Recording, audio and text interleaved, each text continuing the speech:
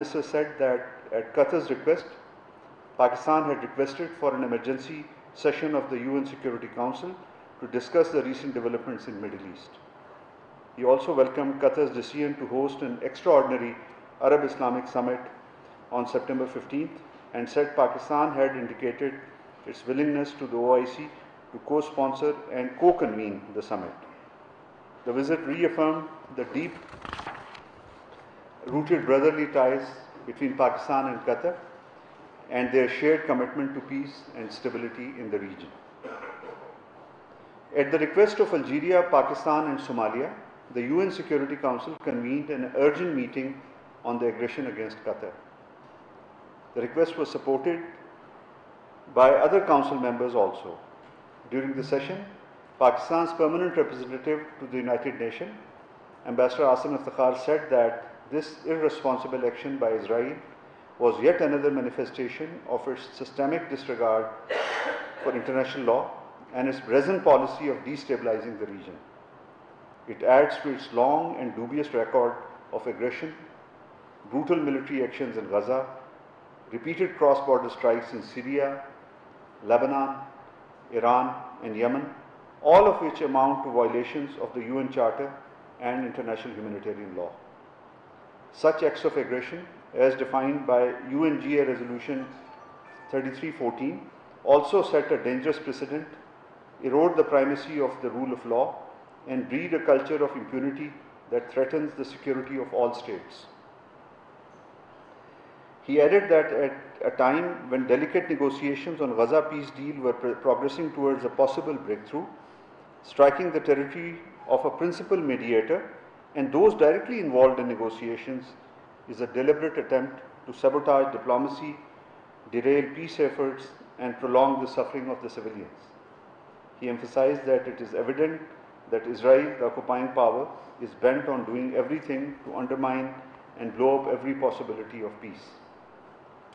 Deputy Prime Minister and Foreign Minister of the Republic of Kazakhstan, Murat Nurtaliyev, undertook an official visit to Pakistan from 8th to 9th September 2025.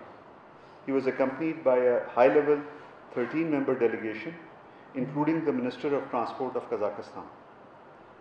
During the visit, the Deputy Prime Minister and Foreign Minister of Kazakhstan called on the Prime Minister Mohammad Shahbaz Sharif and also called on the President of Pakistan and held comprehensive talks with the Deputy Prime Minister and Foreign Minister of Pakistan.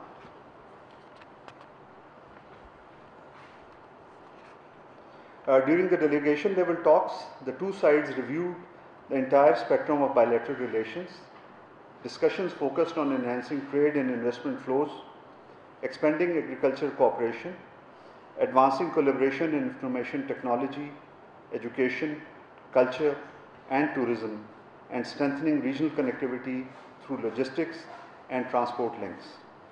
They also exchanged views on enhancing coordination at multilateral fora. Following the delegation level talks, the two leaders also signed the action plan of cooperation between the Ministry of Foreign Affairs of Pakistan and Ministry of Foreign Affairs of Kazakhstan. The action plan provides a structured roadmap for intensified engagement in diverse fields, including politics, trade and economy, defense and security, science and technology, culture, tourism, humanitarian assistance, and consular facilitation. Before the delegation level talks, meetings of the visiting Kazakh delegation were also held with Pakistan's Ministers of Communication, Railways and Commerce. Moreover, the meeting of joint working groups on IT and agriculture were also held. The Kazakh delegation also visited National Aerospace Science and Technology Park to explore cooperation in the IT sector.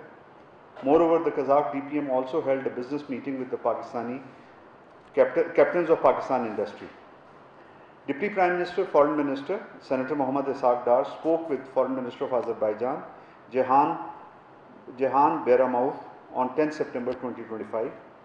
The two leaders discussed bilateral matters of mutual interest and followed up on Prime Minister Shahbaz Sharif's recent meeting with President Aliyev on the sidelines of the SCO summit. The Turkish Minister of National Defense, Yashar Guler, visited Pakistan 8th to 10th September 2025.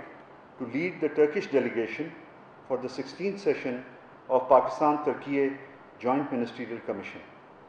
Mr. Güler also called on the Prime Minister Mohammad Shahbaz Sharif and held meetings with Defence Minister Khaja Mohammad Asif and Field Marshal Sayyid Asim Munir during his 3-day visit. During the call on the Prime Minister, the two sides shared their commitment to further deepen the bilateral cooperation between the two brotherly countries in all areas of mutual interest. During the meetings of Minister Güler with Defence Minister Khaja Asif and Field Marshal Sayyid Asim Munir, both sides reaffirmed their commitment to further strengthen the strategic and defence cooperation. The 16th JMC was co-chaired by Pakistan's Minister of Commerce, Mr. Jam Kamal Khan, and Minister Güler. The meeting provided an opportunity to follow up on the agenda of the High-Level Strategic Cooperation Council. Key outcomes of the meeting focused on strengthening cooperation in trade, investment, pharmaceuticals, information technology, e-commerce, connectivity and transport, education, mining, agriculture, media and tourism. Pakistan assumed the chair of Shanghai Cooperation Organization, Regional Anti-Terrorist Structure, or in other words SCO RATS, on 10 September 2025. In its capacity as the chair of SCO RATS, Pakistan will work towards fostering regional cooperation against terrorism in line with shared priorities guided by the Shanghai spirit of mutual trust, equality and shared responsibility.